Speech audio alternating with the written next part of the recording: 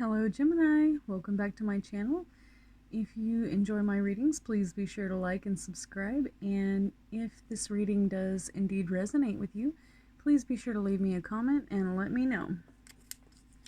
So for your first card, we've got under what's crossing you is the Ace of Wands, which is a fire sign, and it represents Leo, Sagittarius, or Aries. And this card has to do with weakness, ruin, blind optimism, tactless apathy, someone who needs self-discipline and organization. You may be looking towards a new passion, optimism, or inversion, self-discovery, new beginnings, and elemental fire. Alright, so your narcissist card for this reading is react to criticism by reflecting. So if you have a narcissist who is criticizing you constantly, it's easy to just react by overreacting, but I encourage you not to do that, and instead to reflect. Okay, and for your recent past, we've got the Seven of Wands reversed, and this one has to do with putting your plans into motion. So no more procrastinating. All right. Let's see. Not only does it say don't procrastinate, but it says communicate your actions and it will help you to grow. And don't give up. Whatever you do, it says don't give up. So this was in the recent past. So you might have been having a hard time accomplishing something. So your narcissistic card is an analytic narcissist. Alright, so this might be someone who is overly analytical, and that's kind of a good thing, really, but sometimes they can make you feel small or unimportant. So be sure to, don't let that get to you. Don't let that bring you down. Best thing to do is study and know what you're talking about, right? So in your immediate future, we've got the Four of Wands. And this heralds a celebration. Celebrate the triumph. More work to be done. But there's good news. It says that you have stability, joy, balance, and maybe even a promotion or a wedding or a birth, okay? But whatever it is that you're celebrating, it's definitely the result of hard work, and it's definitely going to be a triumph for you. All right, so your immediate future has your narcissist card as a narcissistic mother. But being that the Four of Wands is associated with Leo, Sagittarius, or Aries, it might not be your mother. It might just be a motherly figure who has a lot of control over you, or someone in your life who mothers you a lot. So how do you know if you're dealing with a narcissistic mother? So I looked on the internet, and I had found some information on Dr. Ramani's page. Sorry, I just had to write that on there real quick before I forget. Alright, so according to this, a narcissistic mother has 10 traits of grandiosity. So number 1 is criticism, which we already noticed that we've got criticism in your narcissistic card under what's crossing you. And so number 9 is maternal antagonistic characteristics. So this is someone who antagonizes you. Just just maybe like picking at you for little things that you really can't control or do anything about. Also, a parent only advocates for their child if it benefits them, if they're a narcissist. Unconcerned with a child's well-being, or jealous of a healthy relationship. Your parent's mother was starved for attention. So if this motherly figure, who may or may not be your mother, is indeed a very narcissistic person, the reason why they were that way could be because their parents starved them for attention. Alright, so number 4 is fear of rejection. So sometimes people will put their fears on you. And I think that's called projecting, is whenever somebody's fears, some of their own fears, and they project them onto you. Okay, so number 3 is callous and unemotional, lack of warmth or unavailability, ignoring emotional support. Alright, so, anytime somebody's ignoring you, typically they do not like it whenever you do that back to them. I don't really suggest trying to give it back to them, because then that's only going to cause you to become a narcissist yourself. Alright, so I mean, at a certain extent, you kind of have to show them how it feels, but you don't want to let that become who you are. All right. So number 2 is the child believes that they could never be good enough. Oh, that's so sad. All right. So if your parents do make you feel horrible, that's not a good thing, and it can leave you feeling like empty inside.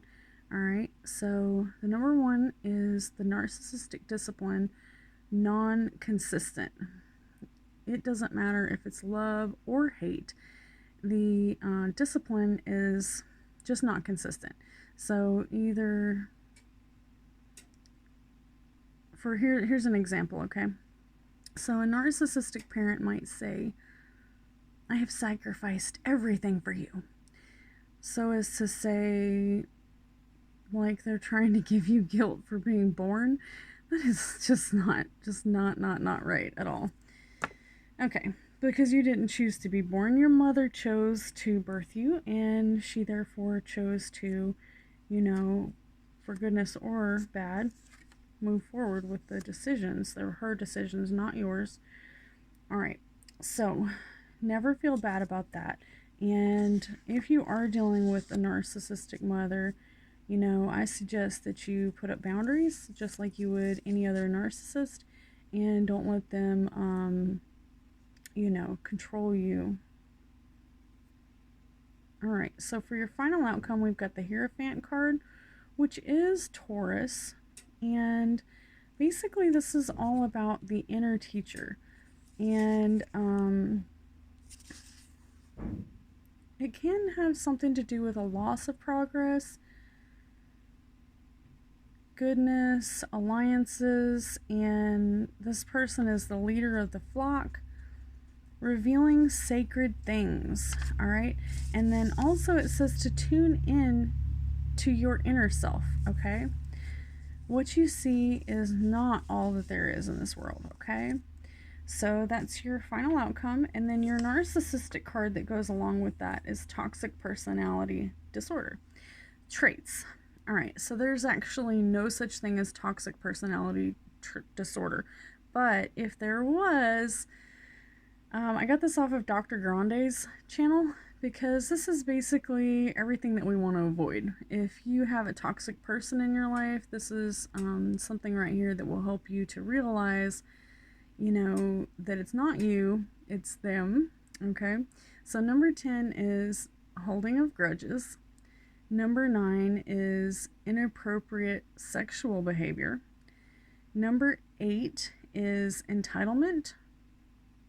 Number 7 is arrogance, condescending behavior.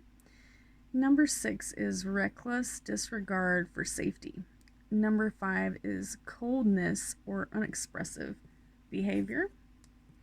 Number 4 is extreme position on conscientiousness. All right, so conscientiousness can be good if, you know, if it's at a decent level, but if you are extremely conscientious, rigidly adhering to rules, it can also get you in trouble, okay? Because there is always somebody's story, you know, and just because something bad happened doesn't mean that somebody didn't have good intentions, and or, you know, every situation is different. Not everything is black and white. Sometimes there is a gray area, and you don't ever want to be too extreme on either position. All right, so number 3 is manipulative or deceitful traits. Okay, so this is definitely something that you don't want to put up with. Somebody who manipulates you. Relationships can't grow if you have someone who is manipulating you. Number 2 is a lack of empathy. Number 3 is aggressive or angry behavior. No progress can be made. People try to justify the abuse, but it's not something that is justifiable, okay? So let's see what kind of manifestation cards we have for you.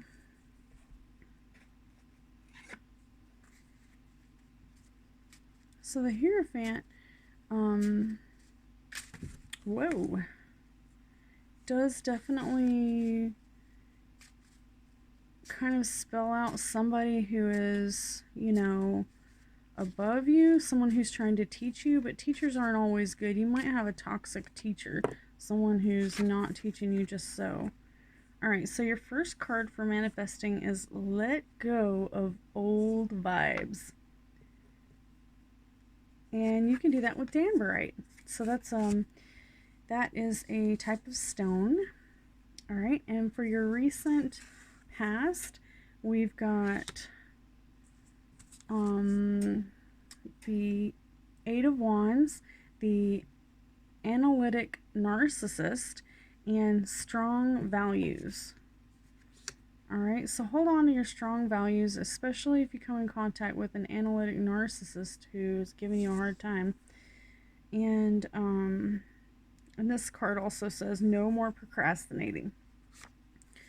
So for your immediate future, we've got the 4 of Wands, which is a pretty good card, but this one says there's heralding a celebration, a triumph, but there's more work to be done. All right, and then this is the one that has to do with the narcissistic mother figure in your life, and it says rebuke the negative. Ow.